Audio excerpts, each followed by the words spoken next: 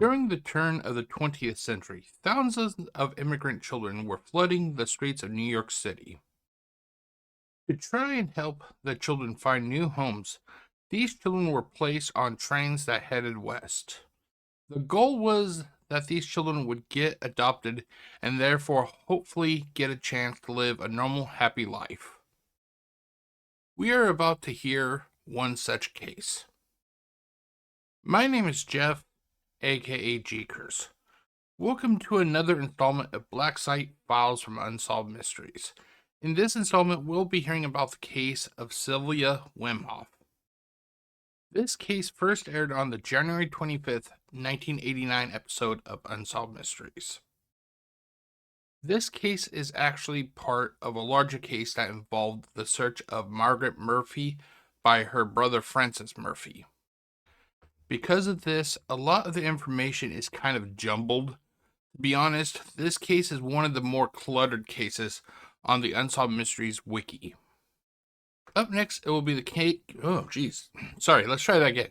Up next, it will be the case information of Sylvia Wemhoff, followed by the case reading. Okay, it is now time for the case information. So now the information, just so everybody knows, it's all over the place.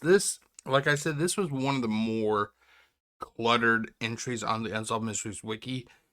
So, even though the video is labeled Sylvia Wemhoff, we are actually looking for her brother Joseph. So, here we go. Case information. The name was Joseph Walk. He is the brother of Sylvia Wemhoff. Full name is Joseph Walk. It was also listed as John Joseph Mick via Find a Grave. Aliases, it's unknown. Possibly Joseph Walk could have been his alias. The date of birth was May 22nd, 1916. His age as of the televised airing of Unsolved Mysteries is unknown. There was a lot of conflicting information regarding this case. You would get like the numbers that were given kind of conflicted with what I think it was what the Find a Grave said. So like I said, there is just a lot of conflicting information. I know I already said that, but it's quite true. So as of age, as of recording, Black Site Files from Unsolved Mysteries, it's unknown. Conflicting information. Location. The location was Brooklyn, New York. The case classification was Lost Loves. It's not known exactly how long he was missing for. Not known his age when he was missing. When he looks like when he passed away. This is what I don't get. It says when he he was deceased. Date of death was April 7th, 1984. However, Find a Grave has a totally different date. Like I said, it is so hard to understand what I'm going to be reading to everybody. Is this case on YouTube? Yes, you can find this case under Season 1, Episode 15. The original televised episode air date was January 25th, 1989, and the case status, this case is actually solved. So if you're curious, Sylvia did find her brother. Now, when I return, it will be with a case reading. Now, I decided just in order to try to get this video out to everybody, because I'm kind of running a little bit behind schedule due to work and everything. There are going to be no commercials that I'm going to add to this, like nothing from the 80s or 90s. No commercials. So we're just going to go straight to the case reading right about now. So here we are with the case reading. Let's pull up the display capture. Let's get the case loaded up. Let's see here, brother Sylvia Wemhoff. Okay, let me get this. There we go. And hold on, sorry. There we go. Okay, so we have the brother of Sylvia Wemhoff. Real name is unrevealed. Like I said, it was just this wiki is a mess. It is a mess. Instead of focusing just on Sylvia Wemhoff, they kind of focus on both people, but I'm not the one that did this wiki, so. Unrevealed for case name or real name. Case was lost sibling, even though it's lost loves on the show. Location was Brooklyn, New York, and the date was December 1921. Hold on, let me get a quick drink of water.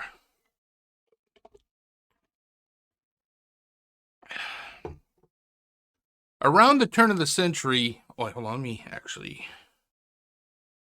I gotta move something on my computer here real quick. Okay, there we go. Okay, so let me start that all over again. Around the turn of the century, the streets of New York City were filled with starving immigrant children who had no one to care for them. The city orphanages overflowed. School classes and afternoon naps often took place outside, even in the bitter cold. To alleviate the crowded conditions, the Children's Aid Society of New York came up with a unique plan. They began to put orphans on trains bound for the South and the Midwest, hoping they would be adopted by farm families along the route. Let's see here. Between 1890 and 1929, scores of trains carried at least 150,000 orphans into the heartland of America. Sadly, many of them were separated from their siblings, whom they would never see again. In 1910, two brothers named Algie and Johnny rode in an orphan train along with a group of other orphans. They headed for Arkansas, hoping to be adopted. Algie remembers that when they left New York, when they left New York City, none of them knew where they were going. But the man that took them knew where they were headed. Fayetteville, Arkansas. Now, like I said, instead of just focusing on Sylvia Wemhoff, they decided to add a whole bunch of people. So if you're like, Jeff, you never mentioned this person, it's because, honestly, I didn't read all of this. I saw the video, and I couldn't recall everything from the video, so, So I'm trying to just, the case is going to be about Sylvia Wemhoff, but we do have this other stuff. When Algie and Johnny's train arrived, Fayetteville prospective parents were waiting to look the children over. The brothers hoped they would be able to stay together. Algie remembers that they lined the children up beside the track. He remembers wondering what they were going to do with him and Johnny. See here, him and Johnny. He hoped that they would be placed in a home together. According to him, the adults took the children to make farmers or slaves out of them. To think that the farmers they're going to be made farmers or slaves, especially the slaves, wow, that was kind of cynical for them. But then again, you got to remember, these were children who already had it hard. They were already living on the streets and everything. So you kind of have to give them a little bit of leeway, considering, how hard they had it, that they were probably going to be a little bit jaded and everything. Some people took them because they wanted to love and take care of them. When it came time to make the decision, the couple who took Algie only wanted one child. He and Johnny held onto each other's hands, but were torn apart. One family took him and the other took Johnny. Let's see here. Eventually, Algie was able to accept the separation, but often he wondered where Johnny ended up. Happily, Algie and Johnny have since been reunited. They had grown up only 20 miles apart. Wow, only 20 miles apart. So that means that they could have even possibly gone to like the same schools, possibly. Orphan train riders who are still living have since formed an organization called the Orphan Train Heritage Society. Hold on, let me actually pull that up. Hold on. Okay, hold on. I got a little list of stuff I would like to look up, I always tend to forget what I want to look up. So I try to use this as like a visual reminder. So, Orphan Train Heritage Society. I'm actually curious if this still is, you know, in operation. In Springdale, Arkansas, two writers, Frances Murphy and Sylvia Wemhoff, have been unable to find their lost siblings. In 1921, Sylvia, whose last name then was Walk, was taken out of a New York City orphanage to ride on an orphan train to Nebraska. Her parents were dead, and she left behind an older sibling whom she knew nothing about. She was 3 at the time the children on the train had been selected sight unseen by members of churches in Columbus, Nebraska. You know, to be honest, I'm not sure how I would exactly feel if I felt, if I had people already kind of deciding my destiny or my path in life. I don't think I'd really be happy if people did that, especially if they were strangers that didn't even know me. I think it's one thing for parents to do it for their kids because those are parents. But like if it is like just a total stranger you don't even know, to say, yeah, that person, they're going to go to Columbus, Nebraska, like, ugh. That has to be a little bit hard, Okay, well, anyway. According to Mary Johnson of the Orphan Train Heritage Society, Sylvia was taken in a bit of a different manner. Sorry about that. Than most of the other children who rode the trains. Since she was spoken ahead of time, numbers were sewn onto the children's garments with their name and birth date. The corresponding matching parent that had been found and located by the Foundling Hospital then would have a number corresponding to the number on the clothes. Sorry. When they got to the train station, they would match the number and take the child. This was the way Sylvia was chosen. Let's see here. Oh, sorry. The dress Sylvia was wearing, which she still has. Wow. She still has the dress after all this time? Had the number 29 and her adoptive family's name on it. She arrived in Nebraska on December 14th, 1921. Her last name was changed to Mick. I think that's how you pronounce it, Mick or Mike or Meek. When she was adopted by the John Meek family, they had heard about the orphan train through their pastor. They had a small farm in Lindsay, Nebraska, and Sylvia, along with another orphan, a boy, was happily welcomed into the family when she was 10. A classmate told her she had been adopted. Her adoptive mother, Marie, confirmed this to her when... let me just make sure where... Okay. I just want to make sure, like, my camera is not blocking when I'm reading it to everybody. When she was 17, she began to question Marie about whether she had any biological siblings. She wondered if she did have some, whether or not she could ever meet them. Originally, Sylvia only had her baptismal certificate to go on. The orphanage she was adopted from was reluctant to release any information. Okay, see, this is where I'm just going to mark that right there. This is where I kind of have differing opinions. I personally think that let's say you're adopted. I think if anybody should have the most right, it should be you, the person that was adopted. If you want to learn who your birth parents are, You should have that right. You should go to whatever agency that you're adopted from and put in a request to learn about your heritage.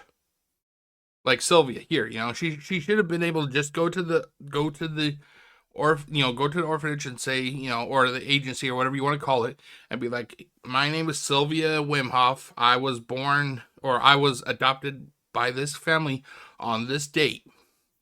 I would like to know who my birth parents are. And after supplying proof of, her claim and everything, they should have to give her like a folder that has all the information.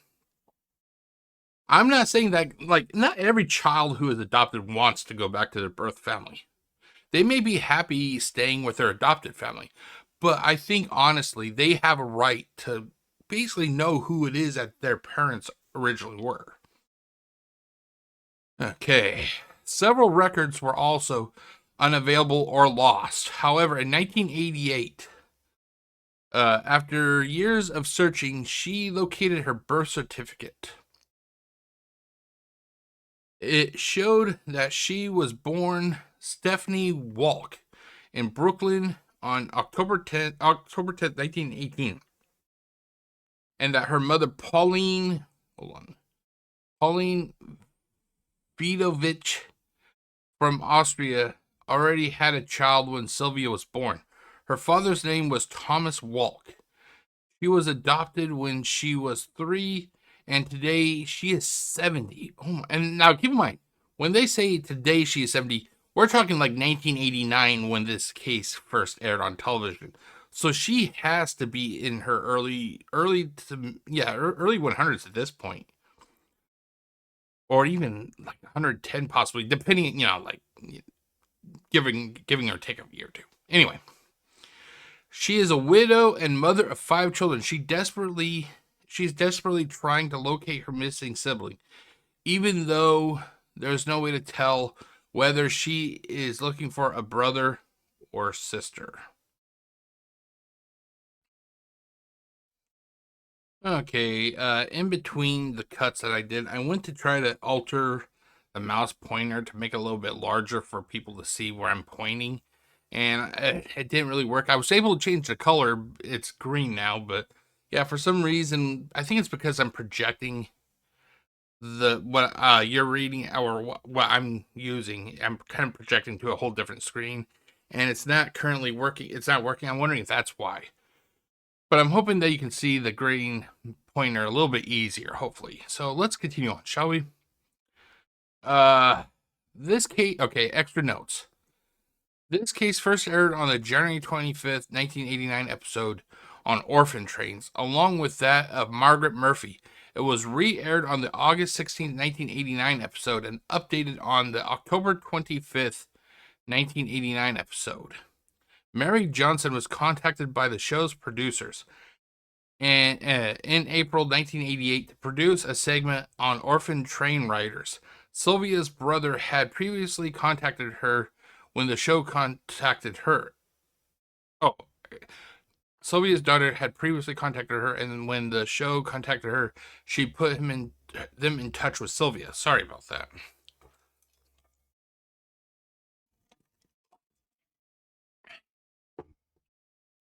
Results solved. The day after this case was re-aired, Sylvia's search came to an end when she learned that her brother, 72-year-old Joseph Walk, was living in Belrose, New York. His stepdaughter had seen the broadcast and realized the names on Sylvia's birth certificate matched the names on Joseph's birth parents. Let's see here. He immediately contacted Mary. Soon after, she put Joseph and Sylvia in contact. Sylvia learned that her mother, Pauline, was 23 and a widow when she was born. Joseph had no memory of Sylvia because she had been placed in an orphanage right after birth. Pauline felt forced to give her up for adoption because her husband had just died and she was unable to care for both children. Sadly, she became ill and passed away soon after. Ah, crap. Soon after. Oh, hold on. Let's actually scroll that up. Sorry. Let's see. Soon after, as a result, Joseph spent many years growing up in an orphanage before going to a boarding school. He later got a job as a postal clerk and started a family of his own. While in school, he learned that he had a sister, but was told nothing else about her. He tried to search for her, but was unsuccessful. Sorry about that. Let's see here. On August 21st, 1989, Sylvia flew to New York City and met Joseph for the first time at his granddaughter's home. They hugged each other and were thrilled and happy that they finally got together. Let's see here.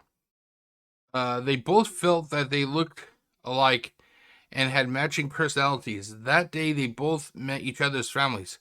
He was awfully pleased when he saw her and was thankful. Thankful to God, Sylvia spent the next 2 weeks in New York with Joseph.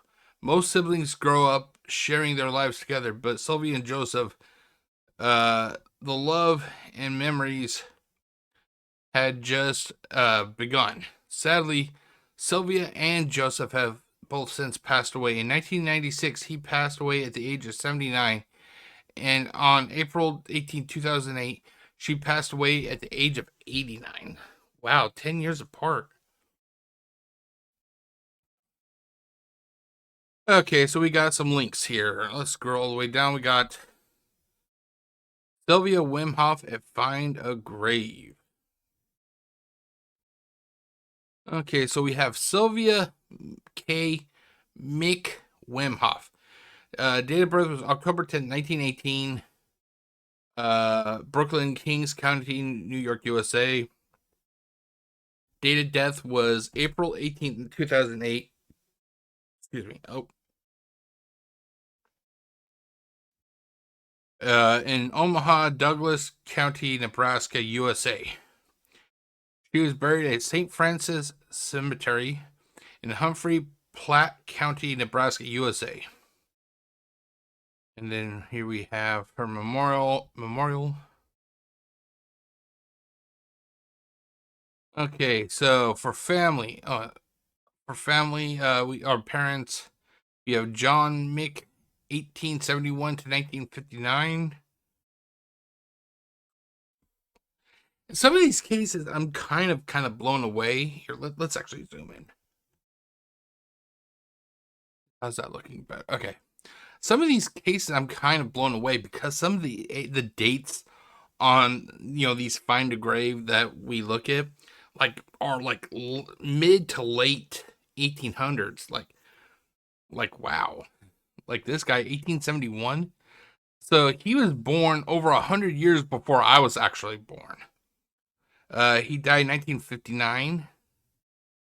Her adopted mom was Marie Holmick Mick, 1894 to 1975. She has her sibling John Joseph Meek, 1916 to 1984. See, now this is where I'm talking about that there was a conflict. If you go up here, it says that John passed away in 1996. Joseph passed away in 1996. But if you go down here, it has his passing away in 1984. So, like I said, there was a lot of conflicting information when it came to trying to get the information for this case. And then she had a spouse, George John Wemhoff, 1908 to 1978, and they were married in 1943. Okay, let's take a quick look at John or Joseph, because she was looking for him. Okay, so we have date of birth was March 22nd, 1916, Madison County, Nebraska, USA. Date of death April 7th, 1984. Like I said, conflicting information. Grand Junction, Mesa County, Colorado, USA. He was buried at St. Anthony Cemetery in Grand Junction, Mesa County, Colorado, USA. Block 95, spot 3, or space 3. And then we have basically kind of the same information with the exception of spouse. His spouse was Rita Marie Leek Meek, 1922 to 2009. They were married 1941. Okay, now let's look at some of the pictures here of Sylvia. Okay, so we got the profile picture here. Let's just do this. There we go. Oh, that's a small picture. Okay, what about this one? Okay, we have another small picture. It looks like these could have been her. I don't know. These weren't adoption pictures. Possibly like outside of school.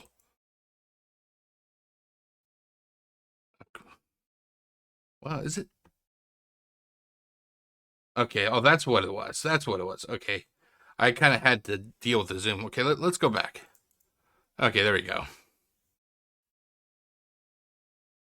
Yeah, these were probably school photos, and this could have been like a family photo.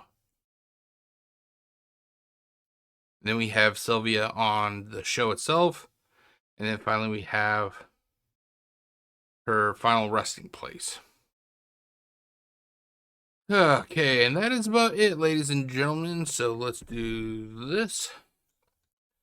So when I return, I will be back with my final thoughts. So yeah, I'll be right back. Welcome back with the final thoughts. Before I actually continue, I meant to do it earlier and I totally forgot. We have the. Let me pull it up. We have the thing I wanted to look up. So the Orphan Train Heritage Society. Okay, so we have the Orphan Train Heritage Society. I'm just going to copy that, and then I'm going to put it up into the search bar. I'm just curious, does it actually still exist?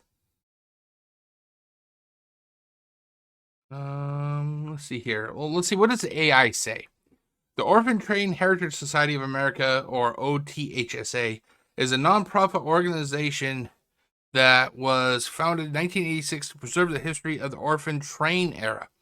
Their mission is to collect, preserve, and share information about the orphan trains and their riders. The OTHSA maintains a research center in the Museum of Springdale, Arkansas, and also organizes reunions for riders and their descendants.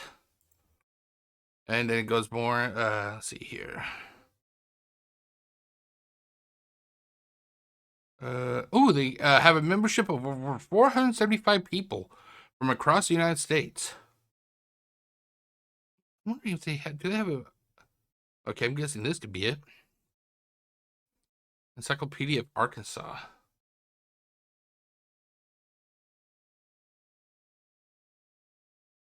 Okay, and let's see here. Well, it's a giant article, or I don't want to say giant, but it's an article talking about it. I was wondering if they would actually. I'm not sure exactly what I'm looking for. I thought they would have had Orphan Train Heritage still lives today. This was August 10th, 2009. Wow. Orphan Train. Let's see here.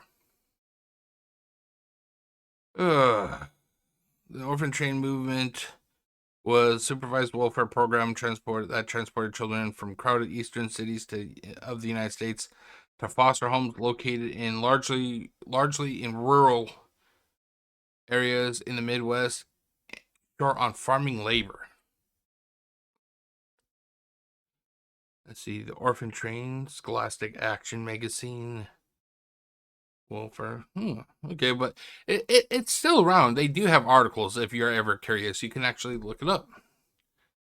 Okay, so that was that, ladies and gentlemen. Time for my final thoughts. And there you go. I'm glad to hear that she found her brother. I'll be honest, I'm an only child, and the majority of my family is dead. I have a couple uncles, and my dad is still alive, but I haven't seen any of them. Oh, God. Last I actually saw an uncle, God, I think it was late March, possibly. Me and my an uncle who was visiting the area, he came through and he wanted to have dinner. And I'll be honest, I'm not really a I'm not really a sociable person outside of work. Like when at work, I put on, I'm social. I because of my job, you have to be sociable. But outside of work, I am a total recluse. To be honest, I'm a total recluse. I'm not really one that goes and shakes people's hands. That will talk to people, which is kind of weird because here I am. I have a YouTube channel, but I'm just not really a sociable person. So my uncle, who I didn't see, God, the last time I saw him, it was it had to be like 2018, 2019, and it was just for like a few moments because he came over to visit my mom. He lives all the way in Florida, and I live in Washington. But yeah, he was visiting with my mom and everything. But yeah, I'm not really a sociable person, so basically he was like, "Hey Jeff, let's go have dinner," and and I understand, that he was being nice and everything, and nothing wrong with that at all. But it's just like, do you know how weird it is when you're really kind of a recluse when you're off the clock, and then have to go, you have dinner with a family member. I literally spent that entire month trying to build myself up, okay, like, okay, I think it was like it was near the end of March, if I remember correctly. And that entire month, I was just trying to build myself up. Okay, I got like 4 weeks, and then I'm gonna have like a 30-minute to an hour long meal at a restaurant, And I just kept counting down those weeks. 4 became 3, 3 became 2, 2 became 1, and then that time came, But yeah, I honestly don't have that much left in the way of living family, so part of me, I'll be honest, part of me kind of wishes that I was more of a people person, but it's like it's ingrained in me. It's hard, Like I will think about, what, I'm going to talk to people today. I'm going to talk to people today.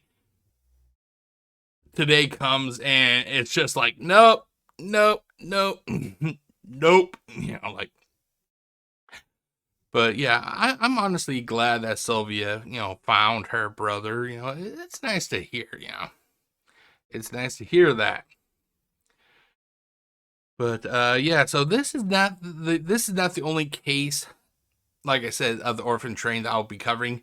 Next time, ladies and gentlemen, we have another case from the orphan train. Here's a preview of it. It's a generic preview. It's what was used in the beginning of the episode of Unsolved Mysteries. But here it is, though. Between 1890 and 1920, thousands of homeless children rode orphan trains to new families in the Midwest. Today, many want to find the brothers and sisters they never knew. Okay, so that's basically what you can expect. And that will be the case of Margaret Murphy. I guess there's not really so much I can really say, ladies and gentlemen. I'm sorry about how much of a mess this case was. Like I said, the Unsolved Mysteries Wiki, it's a mess. It's a mess, especially with this case. But that is it, ladies and gentlemen. As always, if you liked what you watched, which I hope that you did, feel free to click that like button, click the subscribe, click the bell, leave a comment, do whatever you feel like doing. Let me know what do you think about this case? Do you have any family members that were on the orphan train? Who knows? You may have, But anyway, that is it. I'm going to get on out of here, and I will see you next time. My name is Jeff, aka GCurse, wishing you all a great day, and stay safe, everybody. Peace out.